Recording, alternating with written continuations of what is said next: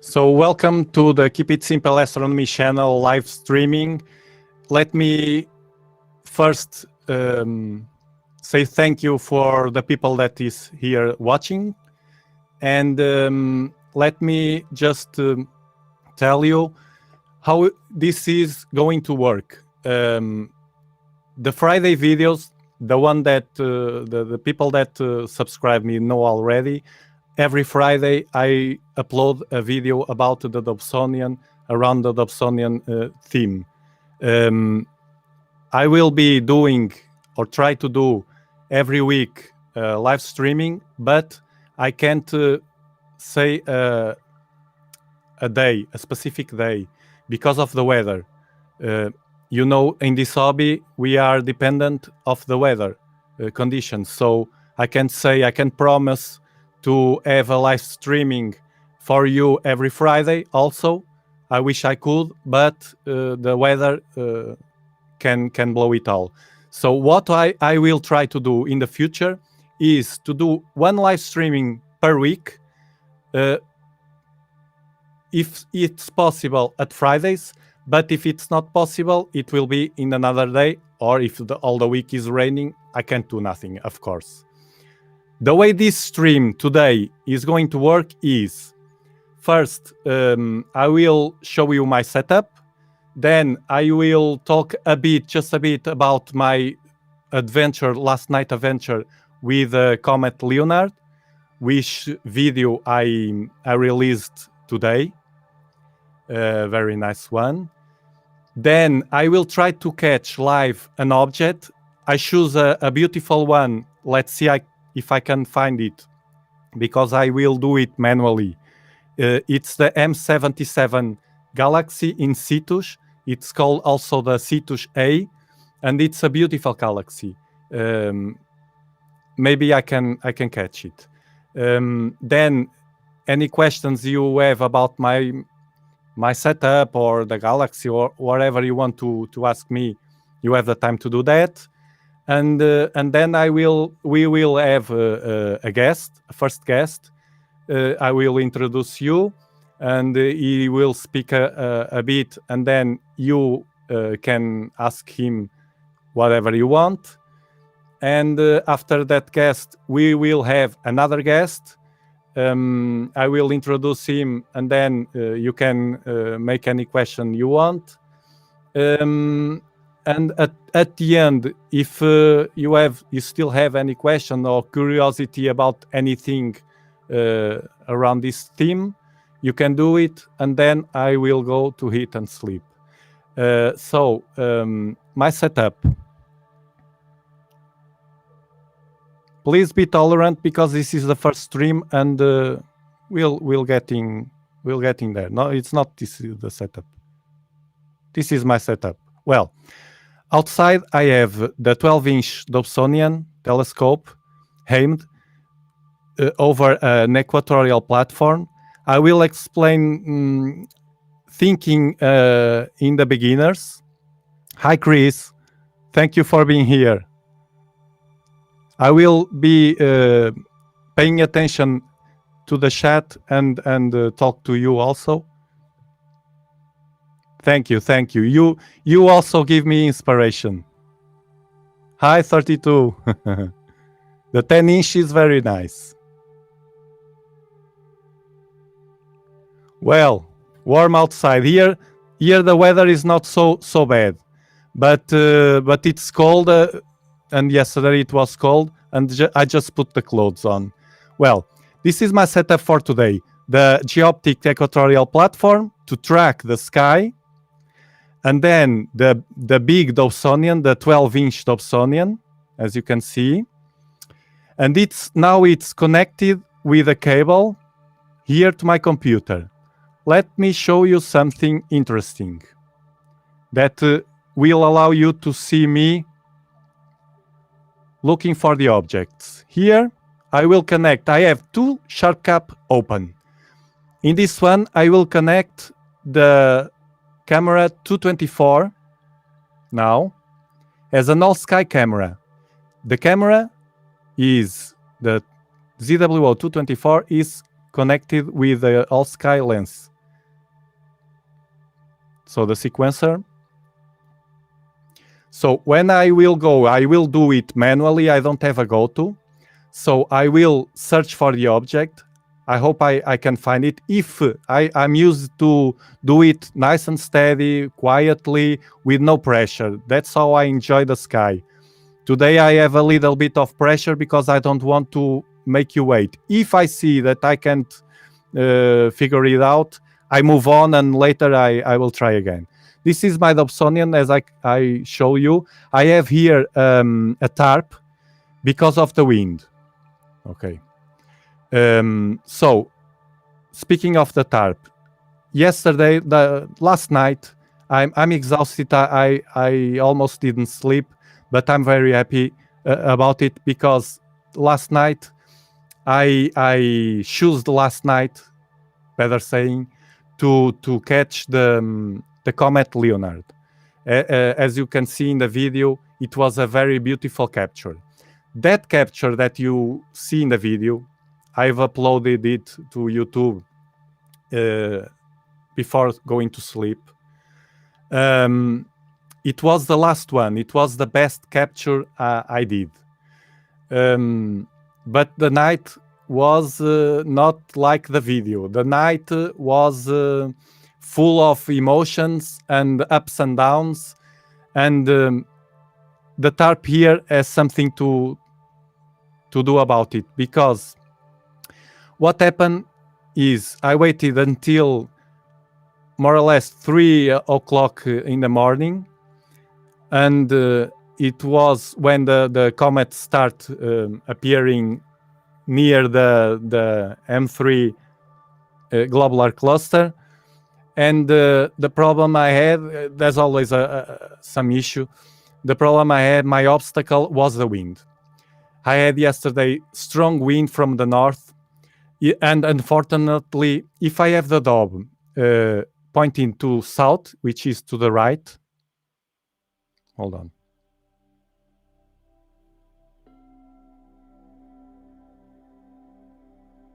If I have the Dob pointing to the right, is my south, it's okay. Or a bit to the east, it's okay, because the wind do like this, and it doesn't affect so much the Dob. The problem was the Dob was pointing here, more or less between northeast and east. And the wind was bang, bang, bang against the Dobsonian, and this was the result. I will show you. Crazy. Look at this. This is the technique I use, the full with half maximum in sharp cap. This is sharp cap. I was recording the night. Look, these red bars are the frames that were rejected by sharp cap during the live stack. That means this stack that I was trying to do only had 2 bars here, green bars, which represents the real stacked image. So it was all the time like this. You see? Look how it looks. Look at this, all bumping around. I couldn't have the look. I couldn't have the completely a mess. Destabilized. So what I did was enough. What I did was I had to improve, to improvise. I moved the telescope to the right to be more protected with the wind, and the result was the green bars all the time. So I got that final video at the end of the night, because I move it once, then it doesn't work so well. I had to move it a bit more. And now what I've learned from this experience, it was an adventure. It was too late. It was almost 4 o'clock, almost between 4 o'clock and 5 o'clock in the morning. I'm not used to go so deep in the night. It was a special night, a rave party, astronomic night. And that at that hour I had to improvise to reach what I wanted, and I got it. Very happy about it. Let me just see who is here. Hi, Pabli. We can see. Oh, now you see. I'm sorry. This is my Dobsonian. I'm sorry. This is inexperience. This is my Dobsonian. Now you're seeing. I will get used to this. Don't worry. In 2 or 3 live streams, I don't do these mistakes anymore. This is my Dobsonian I was talking about. And I move it to the right. This tarp, I couldn't have the tarp here because it will be in front of the comet. So it was a problem. I will not talk more about that. I was very happy, and it's over. Now I will try to catch the galaxy. Thank you, 32. Yes, it's hard for a beginner. I'm a beginner in live stream. Don't worry. It will be fine. Nobody will die. Yes, the wind block. I know it's the tarp. I have it now. So I'm hoping that we'll have no problems. As you can see, the tarp is just with a breeze. Oh, yes, you can't see my screen. Now you can. Hi, Michael. Okay. Let's see the galaxy. Yes, this is rising. The galaxy is here in Cetus. Here is Uranus, Cetus. You can see the Auriga, Taurus, and here the Pleiades. So it's easy to locate. Not so easy to find it because it's too low. But it's so beautiful that I will accept this challenge. What I will do is I will put the Telrad here. No.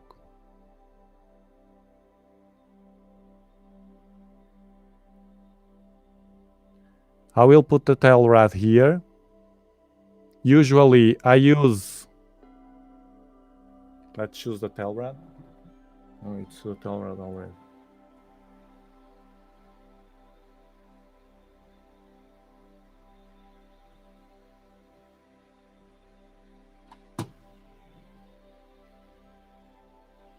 I don't know why it's not showing the Telrad. Maybe because this is with BlueStacks, not the Android directly. Doesn't matter. I can see here in Stellarium, but the problem is I can't move Stellarium to the other screen. So I will put here the Telrad now. You will see me outside. Let me see here in Stellarium. Otherwise, what I do is I have two monitors. The laptop I use for the sharp cap, for Stellarium.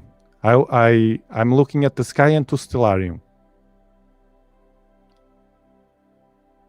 Which you don't see because I have here. Now I'm positioning the Telrad here in Stellarium, and I will try to catch it. So just hold on a moment. I'll be back. Let's see if I'm lucky. First, I will focus.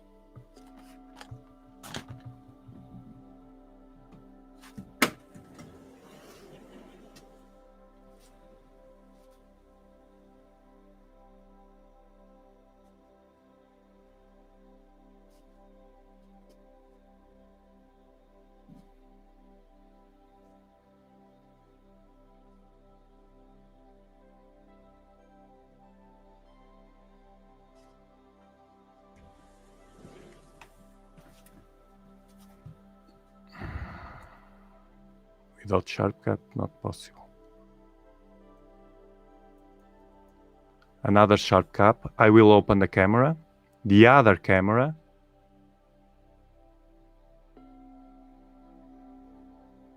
$294.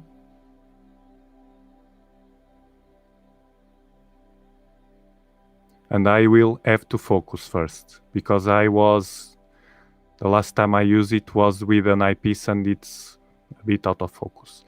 What I do to focus is I will show you here.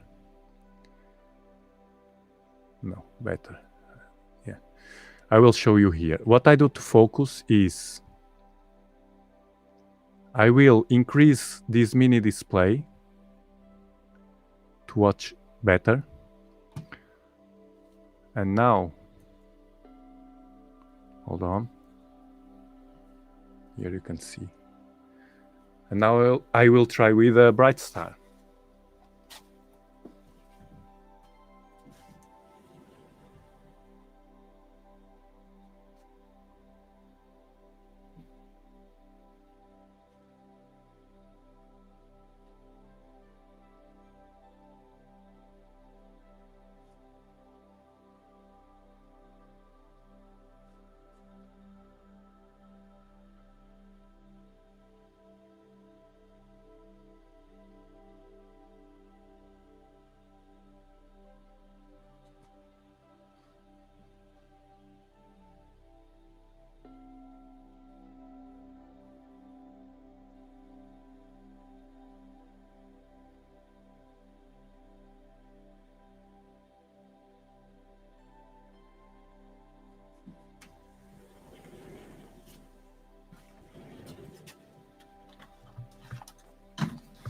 So first let's focus this. I use this.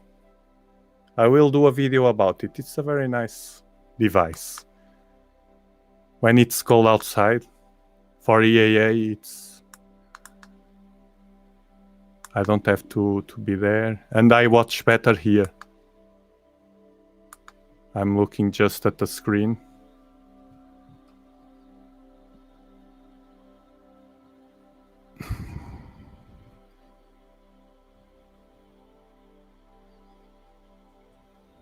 Yeah, you're looking at it. You see, the diffraction spikes is my reference. Now, they are together, and I look at the little stars. It's worst. This is what I have to do. I check the collimation is okay. It's always okay, the collimation. What I'm doing is I'm pushing the buttons up and down with my autofocuser until I see the best. It's not very windy. When it's windy, it bumps all the way.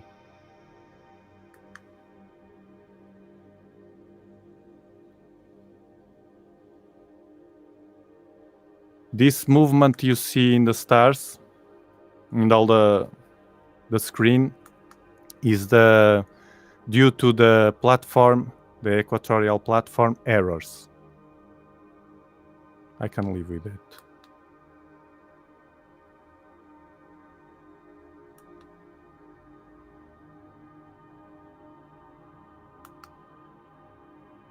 Okay.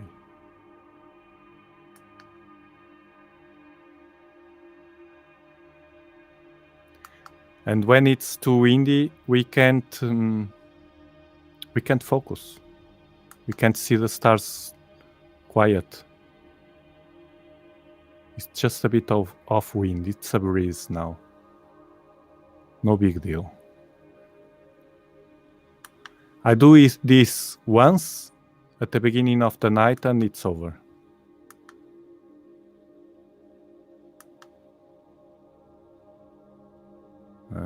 It's better. This will be confirmed by the live stacking. You will see when that technique, the full width half maximum, is low. I know more or less which is mine. It will be a signal that is focused. Yeah, you can see. Ciao, Miguel. Hi, Martin. Welcome to the Dobsonian world. I will be try to catch the galaxy. Hold on.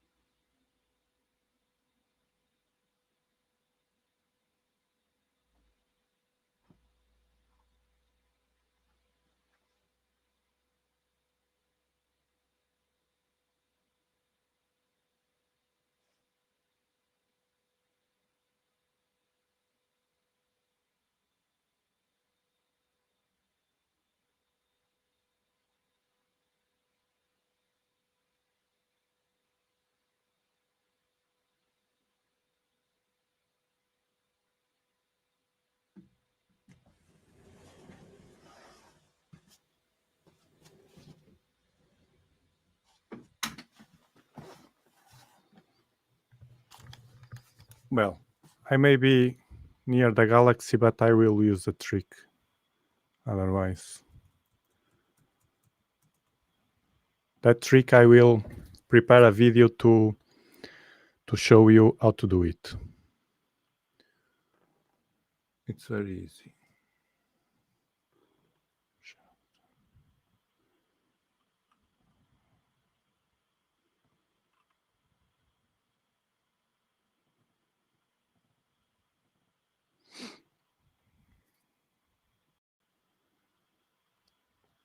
Let's just wait a little.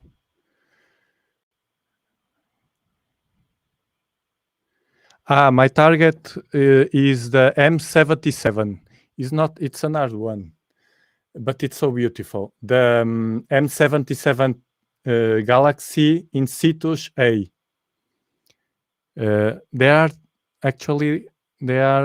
are two galaxies there, but this one is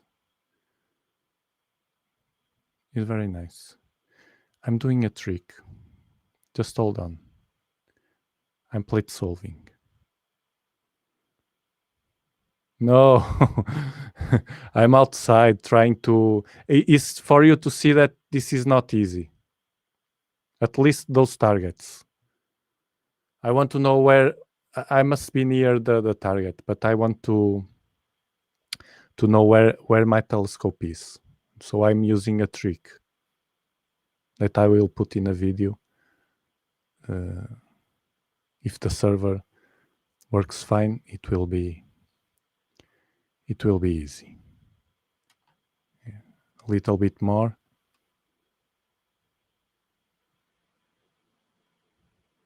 Okay, Michael. This video, this will be, I will leave this at YouTube as a video. It will be a replay. Don't forget to give a like. This will boost the live stream for other people to see. Just hit the like button and that's it. It helps. Now, I will know now where I am. HD. Hold on.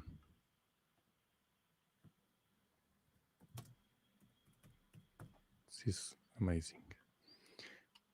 So I have to move to the left and up. Okay, hold on. Let me boost the here to watch the galaxy better.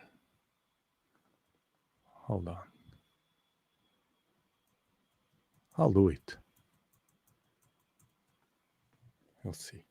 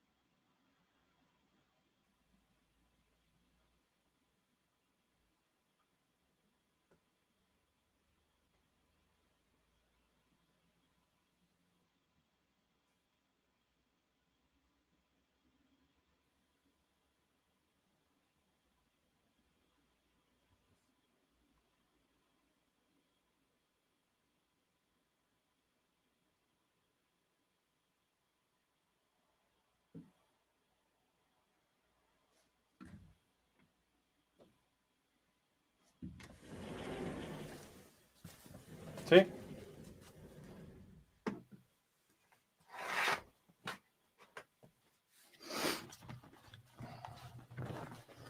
This trick is wonderful. Now let's live stack this.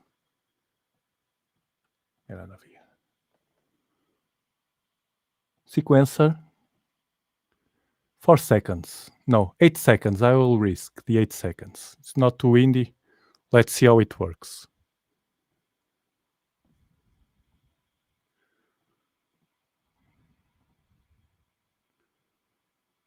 No.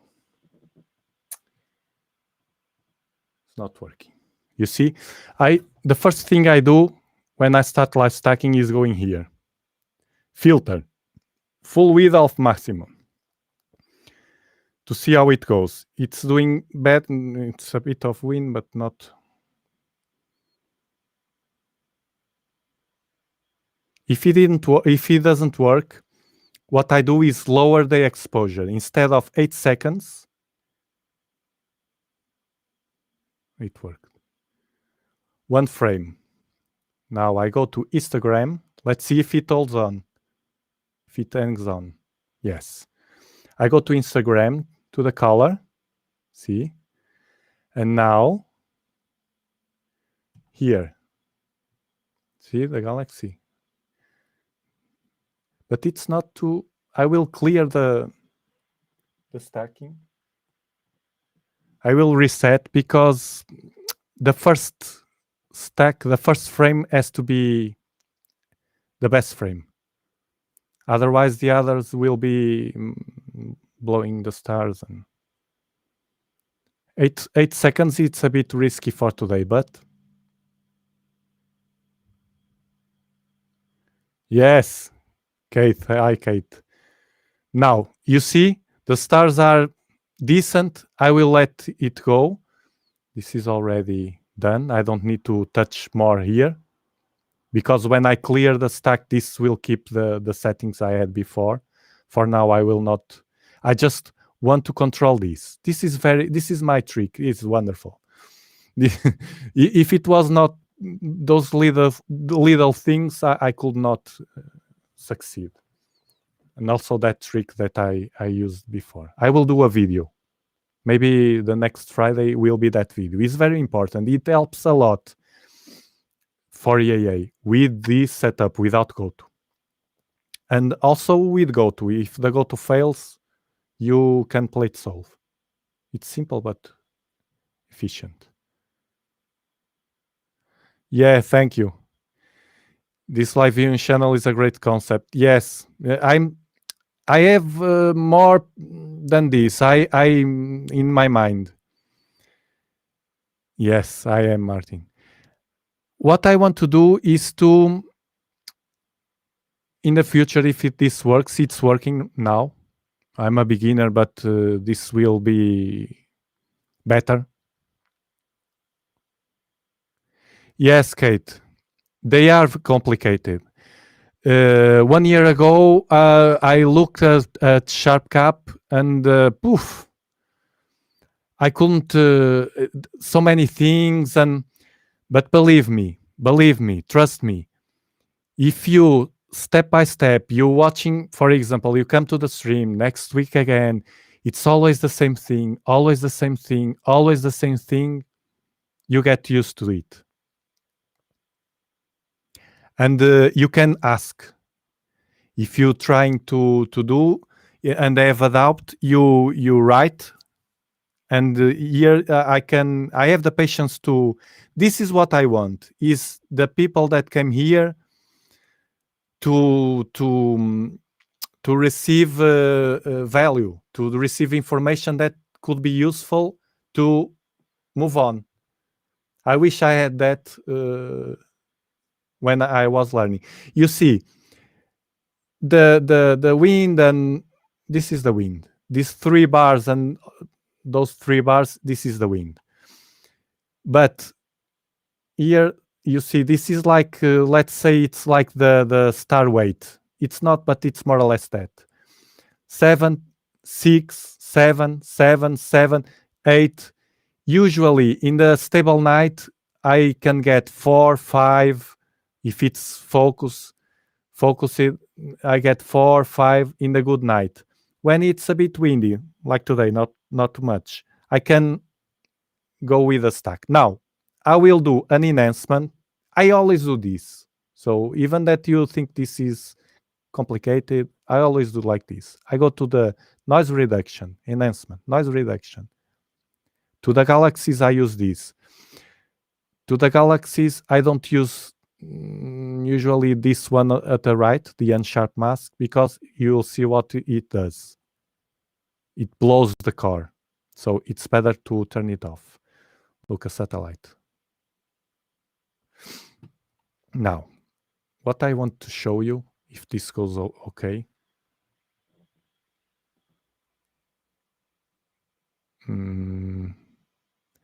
Enhancement, histogram. Let's come back to the histogram. Let's fine tune this, right? Let's zoom, clicking here. This is okay. This is okay. I will not touch it. I can move it more. You see what happens if I move this one here?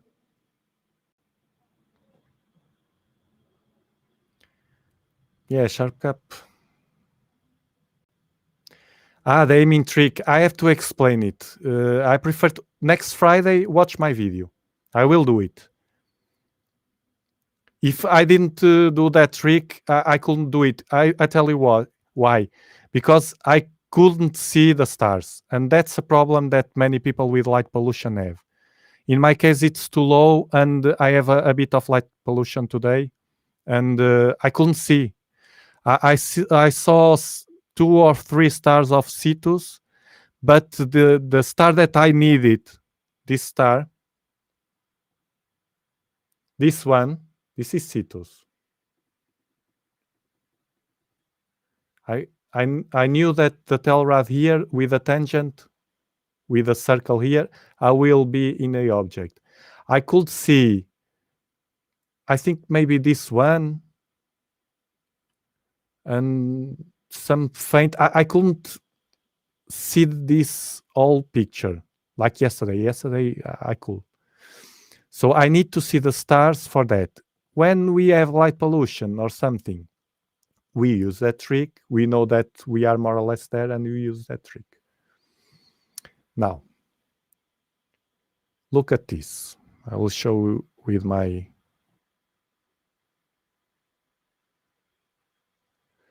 Yes, got to start. That's the way to go. Got to start. And then you come here. You here and another places. Cloudy Nights is good to learn. But here we don't... the beginner is welcome here. Here where I have the mouse, it's a supernova they discovered recently. Here it's a galaxy. With the stack moving forward, another galaxy. Another galaxy here. Look at this galaxy here. You see?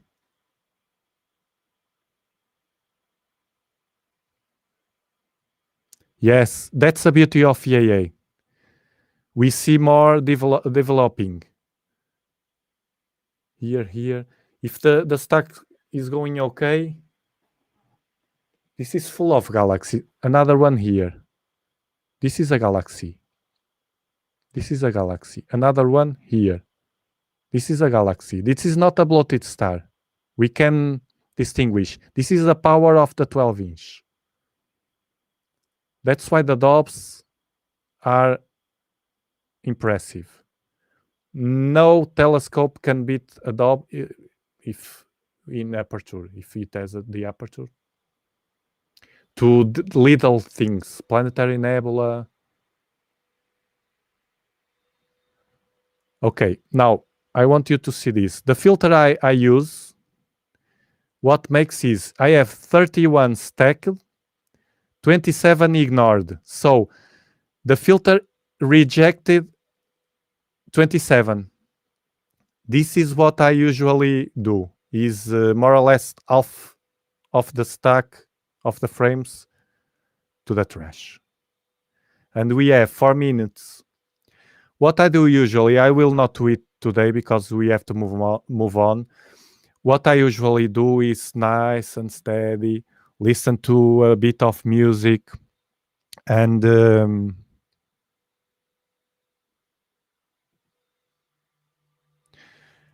relax it.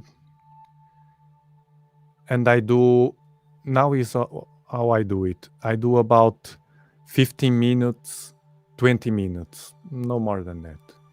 But at 15 minutes, watching, look at this.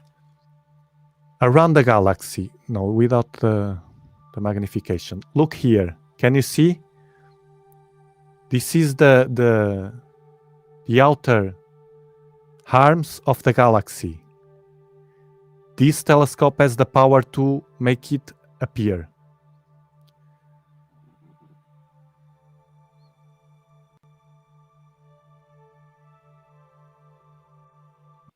I can't push too much. This is beautiful. I love EAA. I really love this. Look, I can go with yesterday when I was with a comet. At the end, it was about, it passes the 5 a.m. in the morning. I pick an eyepiece, a 9mm I have here from X Plus Scientific, and I was stick to the telescope watching the comet with a globular cluster, and it was impressive. I love visual, but of course, the comet, what I saw was like the shape of the comet, but not the tail. Only a bit of the shape of the comet. I could see the direction of the comet, Leonard, with an eyepiece and the globular cluster fine, but it's a camera, Kate. It's a 294, the ZWO 294. Yes, yes, the halo. Yes, this halo. It's impressive. What we can do with EAA. Now, I will stop this because usually what I do, I have this already. I saw this object already. Usually what I do, in this case, I take a snapshot. Is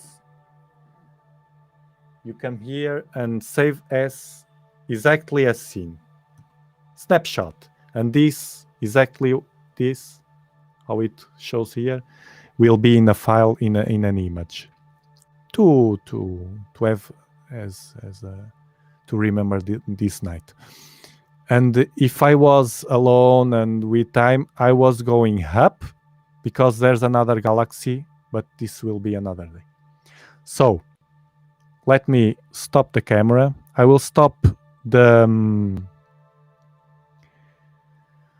Jacinto.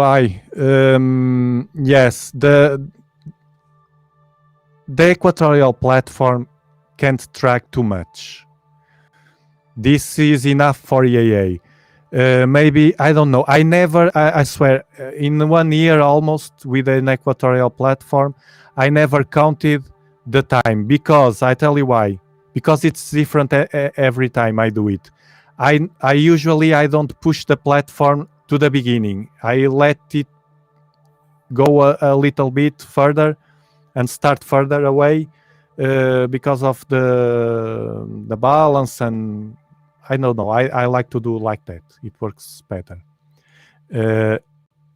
It's without guiding. I don't use guiding. I don't have. This is a 2-axis platform, and I'm not too much for astrophotography. I like this.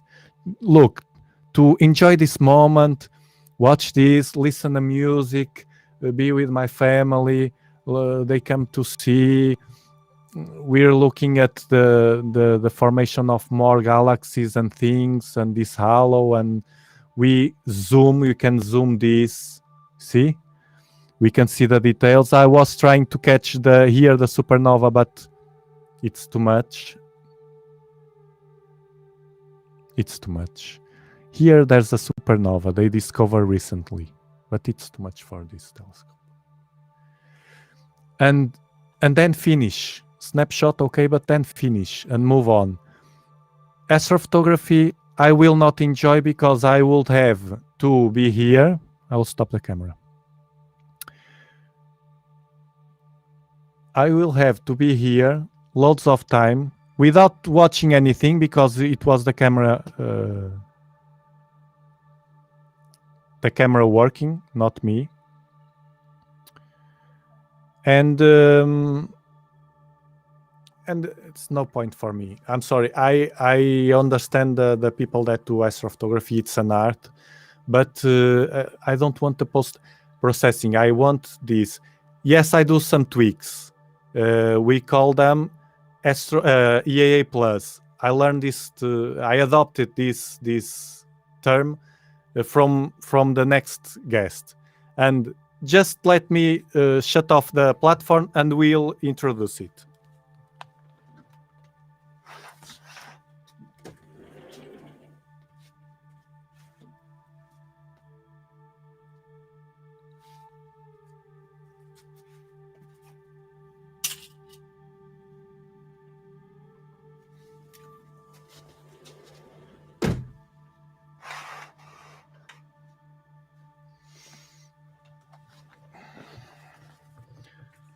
Okay, let's take off the music.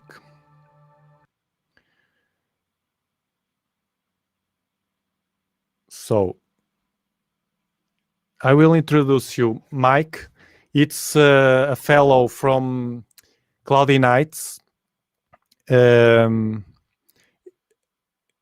participates usually in the EAA gathering that we do. It's Doug, a very nice guy. I wish he was here. That organize it. It's from Cloudy Nights, and for 4 months every month, but Europe it's 4 months. We meet virtually and we speak about EAA, everything about EAA. A bit different at what we are doing here, but it's very nice. So, this is Mike. Hi, Mike. Hi, Tiago. How you doing? Impressive presentation. Oh man, I'm a totally beginner, but it doesn't matter. What matter is having some fun with it, and I caught the galaxy, and that was the. What I admire is not so much the EAA telescope side of it, but your familiarity with the celestial bodies. You know where everything is, and the detailed history of it's good. It's very impressive. I need to do more of that. Not very scientific. I don't have too much scientific knowledge. What I do is every object I see, like this one, I did not today, was I open Google and while it's stacking, I read about the object, and then if the object like this one is curious, I watch YouTube videos about it. It's very nice. Instead of watching TV, I do this. So, yeah. Mike is a fellow from Cloudy Nights. Is living in Spain. Is Brit? No, you are English. Yeah, I'm a Brit. Yeah. And now, tell me, what telescope do you have? What Dobsonian do you have? It's Dobson as well. Obviously, that's why I was invited here. It's a go-to Dobson, so that means it's motorized, and it's called go-to because it has a guiding system in it that will, if I put in M77, for example, it will point the telescope at M77. Yeah. Okay, so that's kind of nice. Though you do have to align the telescope first to a 3-star or 2-star alignment, but works pretty well. It's 14-inch aperture. It's got a 14-inch mirror in it, so it's pretty big. Yeah, and it's bigger than mine. Yeah, well, it's good. No, it works great. I'm very pleased with it. It's the first telescope. I mean, I'm a beginner like you. I think we probably maybe started at the same time. I bought this telescope used. I'm its third owner. I bought it in, where are we now? June 2019 as its third owner. And a great deal, actually. The 14-inch go-to Dobson, it's a Skywatch. telescope, and that's what I'd recommend anyone to do if you want to buy your first telescope, or even your second or third. Look on the used market. You can look on Cloudy Nights. You can look on UK buy and sell, or there's US, Canada buy and sell sites, and wait for something to appear, and you can get it for like 20-30% of the sell price. Especially if you live in United States or so, you have more Europe. demand. There's a big market in Europe as well. I can really recommend the UK buy and sell webpage. Most of the sellers are in the UK, but there's a few in Europe, so, which is where I got lucky. There was a guy just down the road in Benidorm who was selling the Dobson that I bought. So yeah, so that's my recommendation to beginners. Buy a used scope. There's people buy them all the time and sell them all the time. So yeah, that's true. So show us your telescope. Okay, we want to see. It's dark out. I do have it set up. So what I'm going to do is I've got a little PowerPoint presentation. I'm going to go through that, and then I've also got it running on SharpCap. So I have a remote set up. I'm in my basement here, out the telescope about 10 yards away, 10 meters away. And if everything works, we should be able to do a little bit of live stacking and imaging. But first of all, I'll give you a little bit of background. Let me see, I need to share screen. Let's see if I can figure this out. There we are. Look at that. And now let's see, go to presentation mode. Wow, it worked. Okay, so I live in Spain, just outside Valencia. Hence my backyard, or they call them orchards here, is full of oranges. That's the view to the north. The view to the south is blocked a little bit by a hill, but in general, it's pretty good here. The darkest is to the west, looking inland towards Portugal. If I look to the east, there's Valencia, a big city there. Light pollution. Yeah, so not too bad, but tonight for some reason it's pretty bad. So I'm pointing the telescope to the west tonight. So this is my set. I said it's a 14-inch watch. Let me see if I no. Can you see my screen? Let me see if I. Yes, I see your screen, but I can. No, your screen I can see. No. I can't see your screen. Can the audience see my screen? No, I'm watching what the audience see. But we tested and it worked. Maybe if wait, it was my problem. Yes, it's me. I'm a beginner. Be tolerant. Be open mind. No.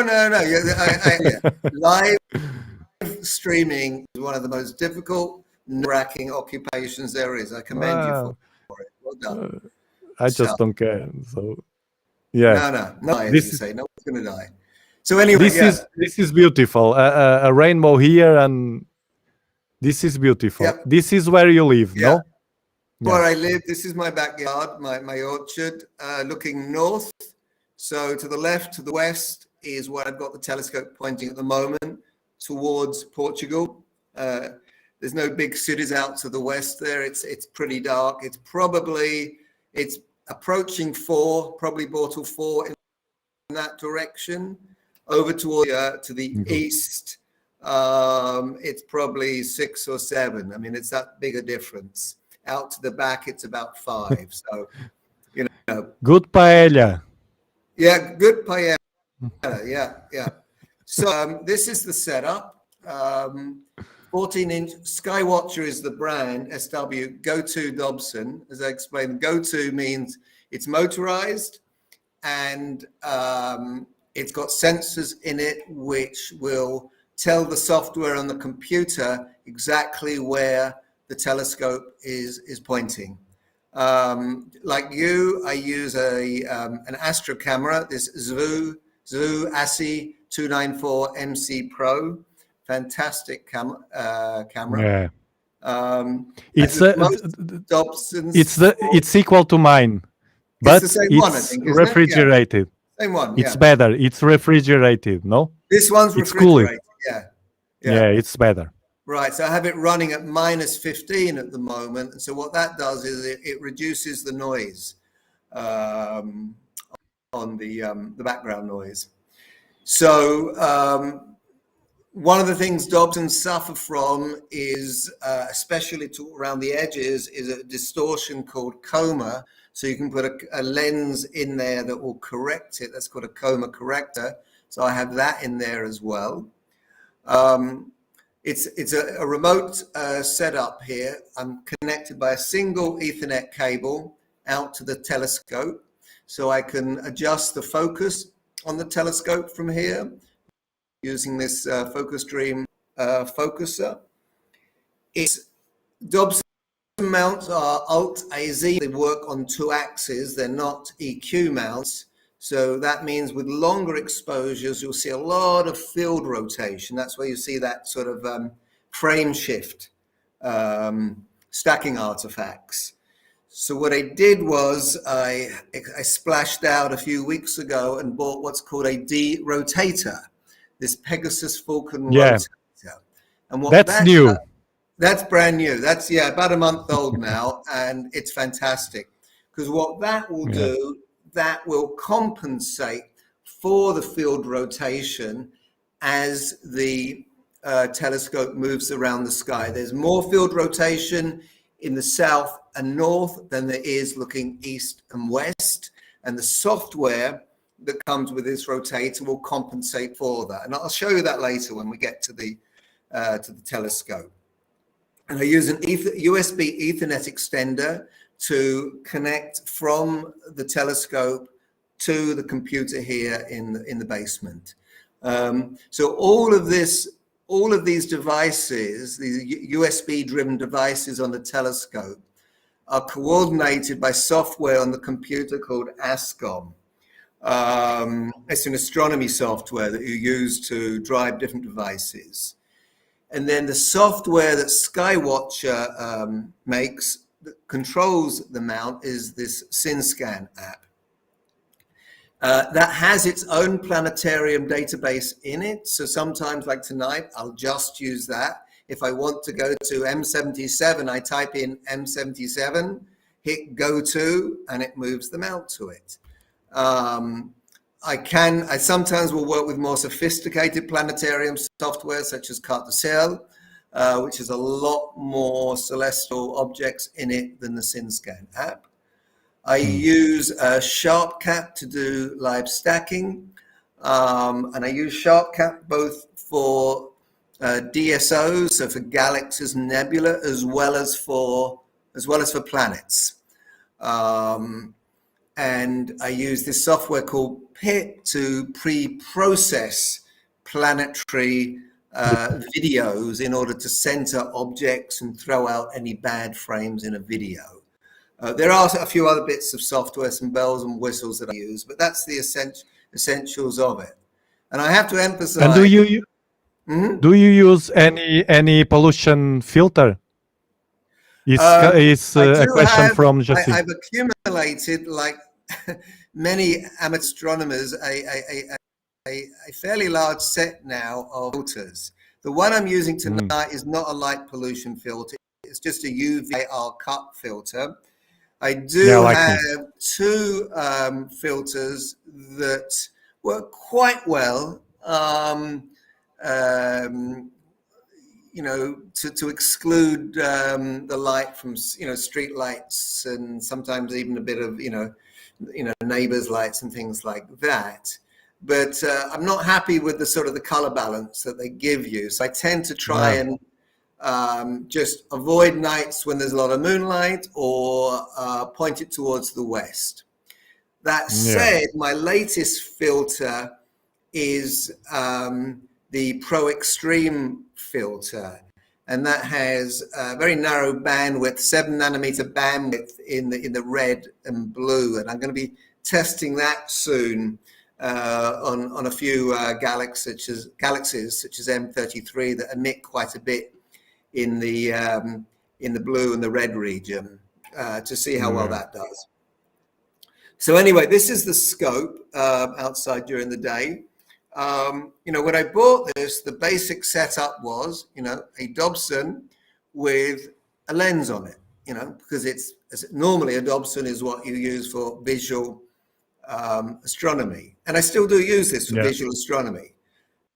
It's all wired up at the moment. You can see it's got the red object here is the camera. The blue object here is the derotator. So what the derotator does, that stays still. It rotates the camera, okay, in opposite direction to the field rotation, okay. And then you can see there's various cables. Cable management becomes a big problem or big issue here. Running towards the mount, and all of the devices are plugged. It actually works out quite well into this little black box here. This is part of the Ethernet, USB Ethernet extender system. So I have the camera, the derotator, the focuser here. That's 3 of them plugged into this black box here. Plus the mount itself is plugged in via this connection. So that gives me a total of 4 USB devices plugged into this black box, which then transmits the signals down this cable, okay? This, you might be wondering what this little contraption is. These are 3 pallets that I received when I built a pergola in my back garden, and I realized I could use them as a shelter for the telescope. So I put wheels on them, and I have a cover over them, and so I just leave my telescope out all the time. I take the electronic devices off, and I cover it with a motorbike cover, wheel this essentially homemade observatory over it, and it's good. I'll only move the telescope inside for protection in extremely severe weather or if I'm traveling for an extended period of time. So that works out pretty well. So this is, the telescope in an elevated position, obviously. You notice it's got this black cloth here. That's actually a shroud that you can pull up around the tube. And the purpose of that is to try and block extraneous light from neighbors or street lights getting in. In the summer, however, I prefer to pull this all the way down because this allows more circulation of air in the tube and prevents thermal currents from building up, which can distort the image, which is especially important for planetary photography. But in the winter, I have the opposite problem. I tend to pull it up, mainly to protect the secondary mirror from condensation. And that seems to help. Yeah. Frosting over. So sort of a seasonal aspect to this. This is a close-up view. To the left here, we have the automatic focuser. That's the box connected to the electric motor that turns the focuser. This is the derotator. This is the camera.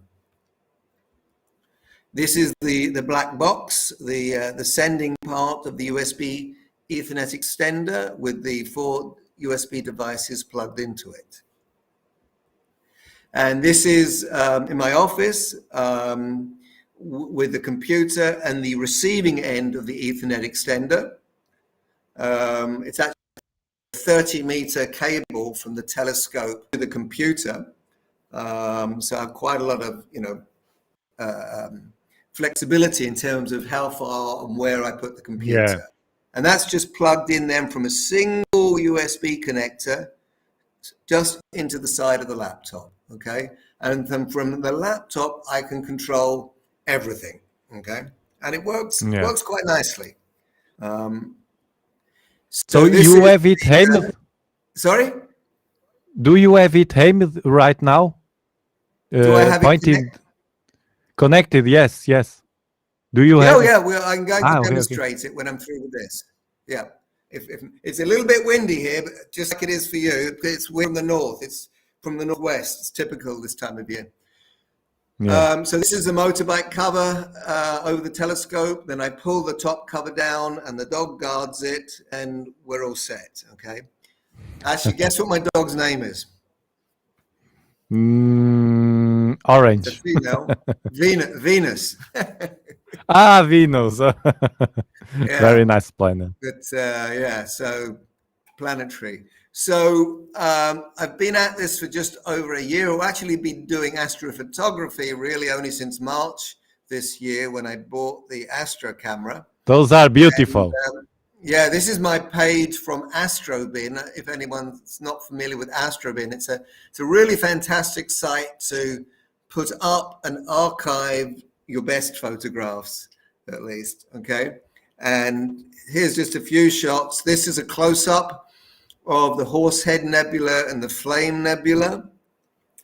Obviously, this is a 14-inch Dobson, so it only has a 1 degree field of view. I can't, with this large Dobson, capture the entire Horsehead Nebula. It's too big for my field of view. But the advantage of that is I can often see a lot more detail in my images on some of the cores of nebulas. So, for example, this one is the Iris Nebula. This is a total of 25 minutes of exposure, 25 minutes of 4-second exposures, okay? So 376 4-second exposures, all stacked. This is not the immediate output of the live stacking program from SharpCap. This is an example of EAA Plus, as was the last one. Yeah. Where I take the stacked file and I put it in another piece of software and I enhance it, okay? And you can really bring out a lot more detail without going into to what I would call serious, astrophotography of exposing for 27 hours and spending 10 hours on your computer trying to perfect the image. It's quite a rapid process, so it works quite well. This is the Triangulum Galaxy M33, again taken with the Dobson. This is a total of 40 minutes, so some 610 frames, all stacked in in SharpCap. Okay, again then enhanced with post-processing, and then of course the Dobsons are ideally suited for planetary photography. So this is Mike, yes? save us more images for the next streaming. Okay, I'll just flick through them and get to the camera. Okay. So yeah, just briefly, EAA Plus, as I mentioned, is basically enhancing live stacked images using your photographic software of choice.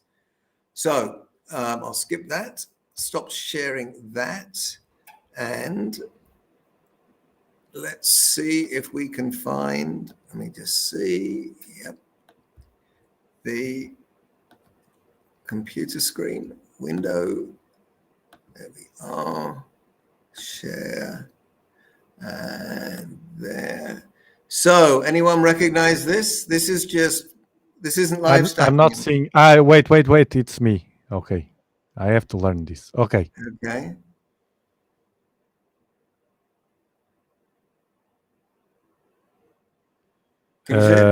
It's the big one, the triangulum. Could it be? No, this is, look at this. This is. I can't see. It's too small here in my screen. Okay, well, I'll start live stacking in a minute. And yeah. The first person to guess it on the chat. Helix. Helix, no? I can stacking. See. Yeah. Yeah, it's the helix. It's beautiful. No, it's not the helix. No, the dumbbell. Well done. Okay, you got the prize. So look at that. That's just 3 frames. Okay. And this just shows you this is a 14-inch Dobson. It's got this huge mirror in it. and just very, very sensitive. And I haven't even really optimized that yet. So 2 clicks, 6 frames, 24 seconds of exposure. Okay.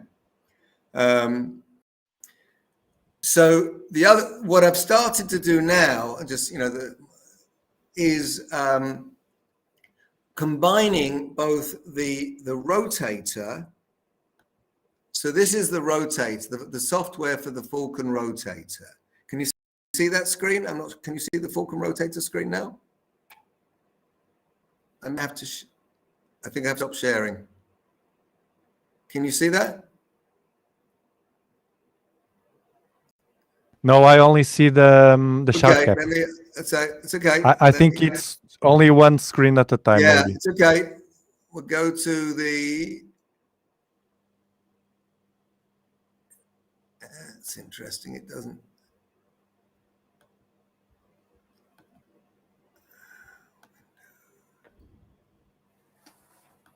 Well, I'm just going to have to go back to the. For some reason it doesn't recognize that screen. Well, it doesn't matter anyway.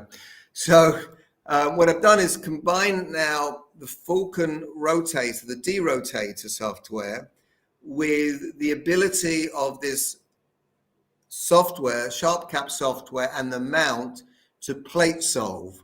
So, for example, if I want to go to, I'll stop here. I'll show you plate solving. Hopefully it's cooperate. So we're at M27 at the moment. If I want to go to, I think it's still high enough to see it. Oh, it's a bit low. M57, what's higher in the sky than M57 at the moment? 1 second.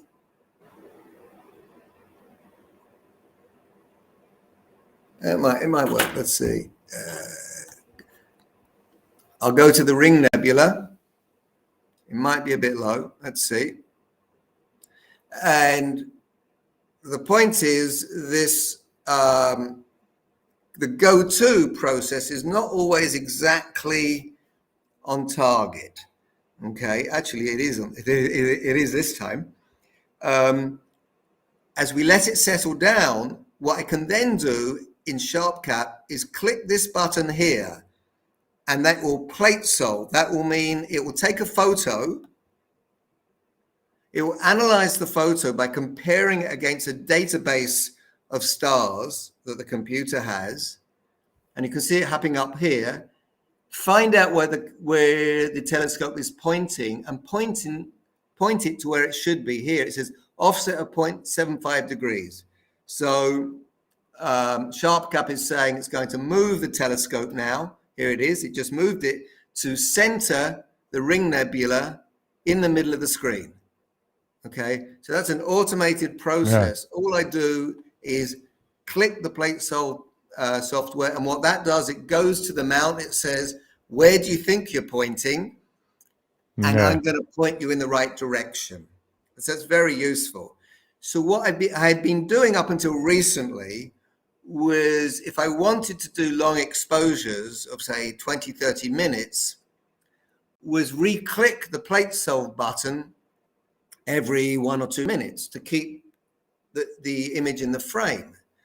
So what I've done now is I've automated that process. So I've written a sequencer script. So Sharp Cap has this sequencing software, which means it will run an automated set of instructions. So this script here will now automatically plate solve to make sure the telescope is pointing in the right place. And then it will automatically, if it works, start live stacking. You can see the plate solve process is very quick, takes 10 to 20 seconds. And now it's already started. You can see here, live stacking. Okay? Yeah. Waiting for live stack to reach. Actually, I've got to get the, let's just do a quick stop so I can enter into it. Live stack. Okay, clear. And then run. Okay, so now it will automate that process. I've got it set here to do 20 cycles of of 1 minute exposures, continually recycle. I ran this the other night for about 2 hours, did 2 hours of exposure on M33. So it's a neat software.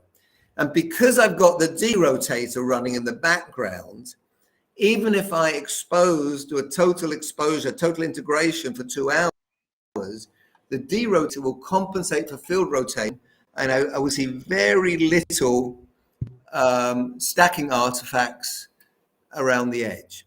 So, I mean, this is really taking what is meant to be a Dobson for visual astronomy really to the next level, to use this as a fairly now advanced and sophisticated astrophotography device.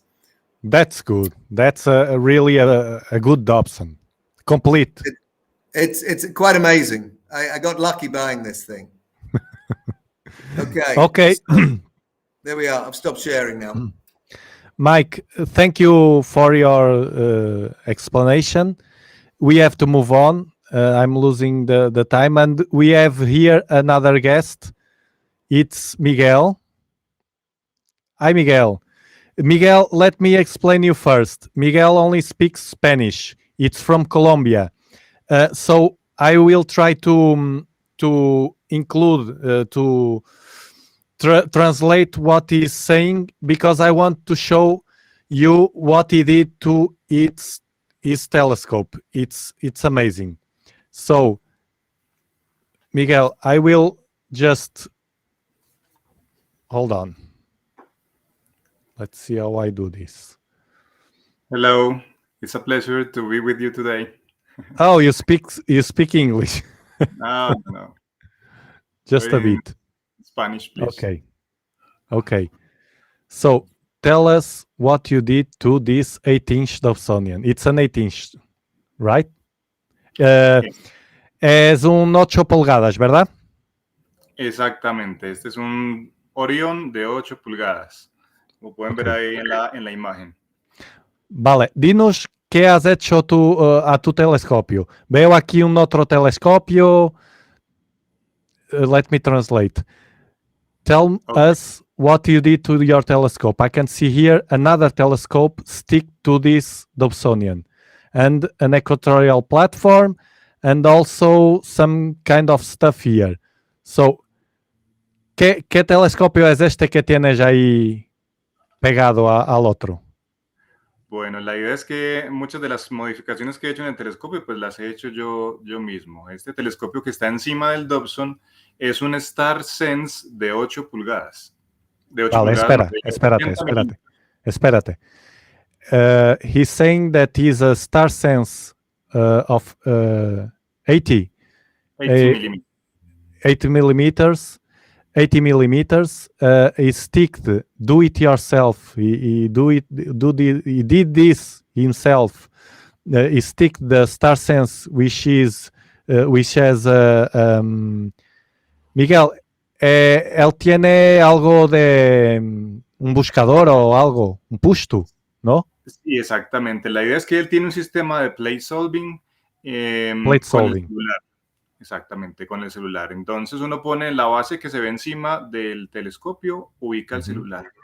Y con eso uno ya empuja el telescopio, push to, hacia el objetivo que uno está buscando. So what he's saying is that he used this piggyback telescope because it has a push-to system. If you know the Star Sense, you know the push-to that he has. And he used it as a push-to his Dobsonian. Usas como push-to, ¿verdad? Como push-to, exactamente. Pero el telescopio como tal, el telescopio Star Sense, lo uso como telescopio guía. O sea, el accesorio de encima lo uso como para ubicar los objetos. Pero el telescopio lo uso para hacer autoguiado. Porque mi plataforma yo la construí para que tuviera autoguiado. Vale, entonces, he said that he used as a push-to the telescope, but also as a guiding scope, which is fabulous. And the platform, the equatorial platform, was also made by him. So this is fantastic. I love this setup. It was made by him, and also I think the focuser has something that he did. Tú has hecho algo especial en ese enfocador, ¿verdad? Sí, el enfocador lo hice con un coche de juguete de radio control. Saqué la motherboard y con un motor reductor, así pues ya tengo control del enfocador.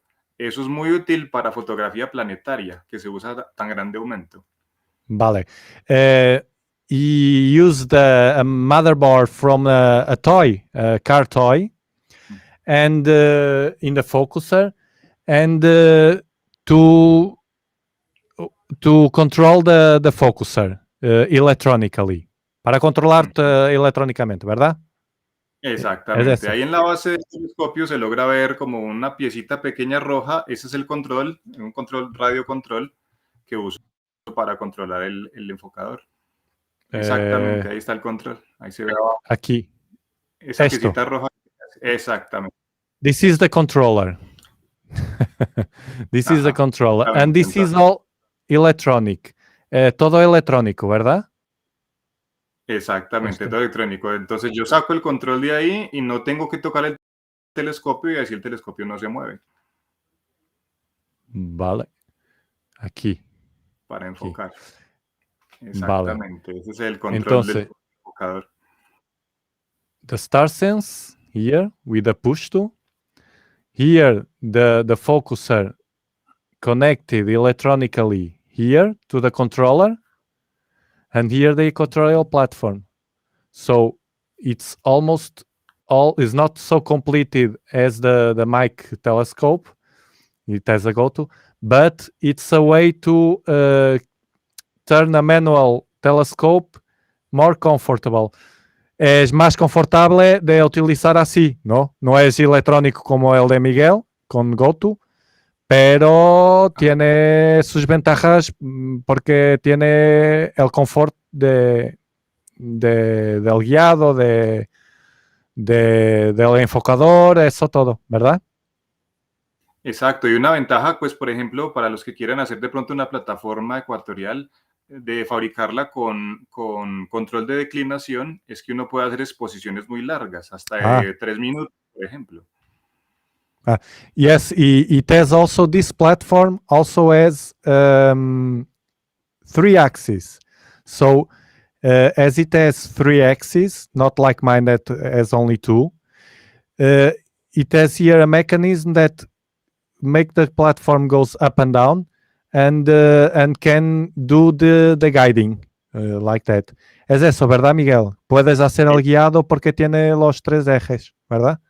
Exactamente. Se hace el guiado por medio de puerto ST4. By a ST4 port. Yeah. Very nice. It's a very nice... do you have any photo of Venus? I saw that you shared a Venus photo that it's amazing. Do you have there or not? Yo te envié una foto, ¿no la tienes ahí? O yo tengo por acá algunas. Sí, espera que la veo. A ver si la tengo aquí. I will show you a Venus photo that is sent me. Yo me he especializado mucho en Venus. He tomado muchas imágenes de Venus. He specialized in Venus. Yeah, I smell that because it should be with a filter, and so I can't do this kind of image. Let me show the image. Hold on. I will download it. And I will show you. It's beautiful. Look at this. Ahí está, hermoso. Ese Venus fue hace como una semana. This you use the filter, true? Usaste un filtro, ¿verdad? Sí, un filtro violeta de 350 nanómetros y un filtro infrarrojo de 650 nanómetros. and infrared and ultraviolet. This is esos filtros son caros, ¿verdad? No, estos no son caros. Me costaron como $70-80. $70. It's not expensive. Well, I have to think about it because I can't do this, and it's really brilliant. I will do another. I am preparing another Venus video. I did, but it's nothing to compare with this. Yo tengo un video que voy que estoy preparando de Venus, comparación de cámaras, pero nada que ver con esto. Esto es la hostia. Esto es increíble. Bueno, mi mujer está ahí y tengo que ir a cenar, pues para dormirme un poco también, que estoy exhausto. I have to go. Gracias, Miguel. Discúlpame por no hablar un poquito más contigo, pero me he excedido en el tiempo. Pero ha sido muy bueno tenerte aquí y gracias por esperar por tu vez. Y bueno, espero que vuelvas. ¿Vale? Claro. Muchísimas gracias. Tienes un bellísimo telescopio. Gracias. Chao. Well, and this is it. We will end now the live stream. I have to eat and sleep because of the comet Leonard that took off me the sleep time. So thank you very much to all, and let me only see that if is any question here.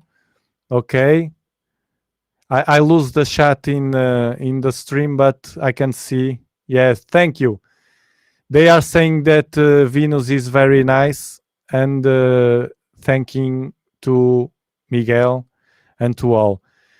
Thank you all for being here, and see you next week in the live stream again. Thank you.